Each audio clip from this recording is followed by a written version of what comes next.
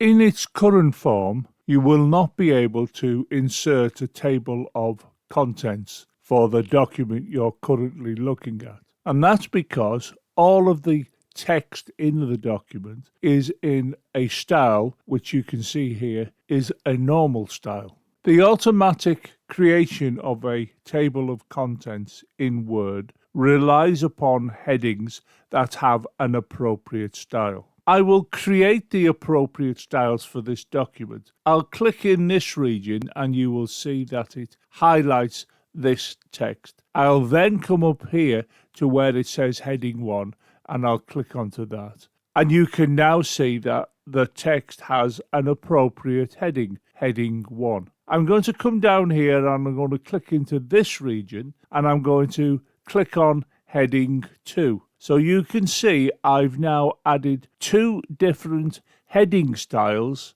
to what I wish to be headings within the document. Now I'll go through the document and apply styles appropriately.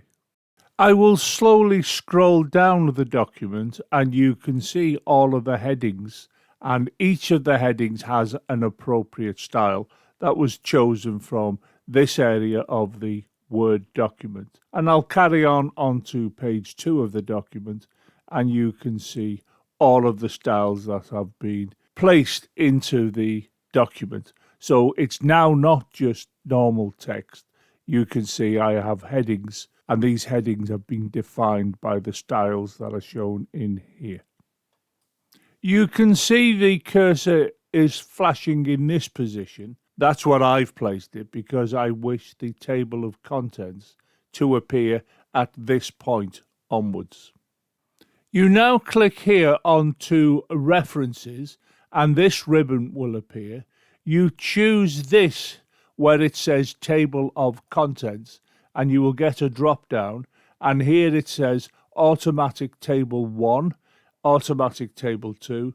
Now I'm going to choose the first one here, so I'll click onto that and Word will now have created the table of contents, and I'll just scroll up and you can see it has appeared here. These are examples of the headings and these are the page numbers where you will find those headings. And if I scroll down to the second page and have a look at what we have, you can see it says Spring Renewal and Growth, which is clearly on page 2.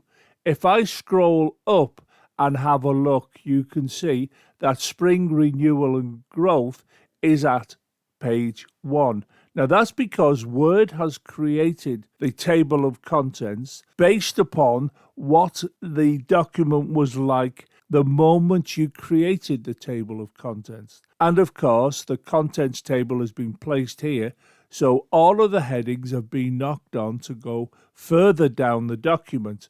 And clearly this has moved on to page 2, but here it's still saying it is page 1. So we need to fix this.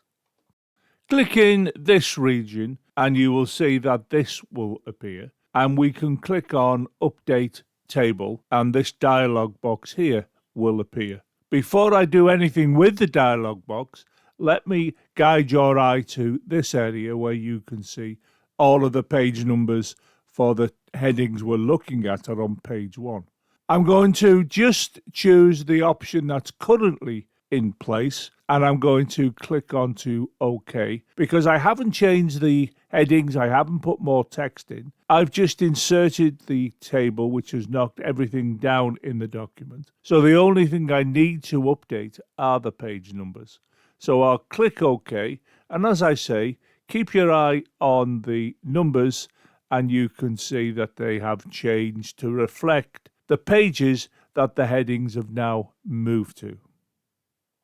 And if you scroll down the page, you will be able to view all of the contents and the pages of the various headings. And the page numbers now reflect the position of the headings within the document.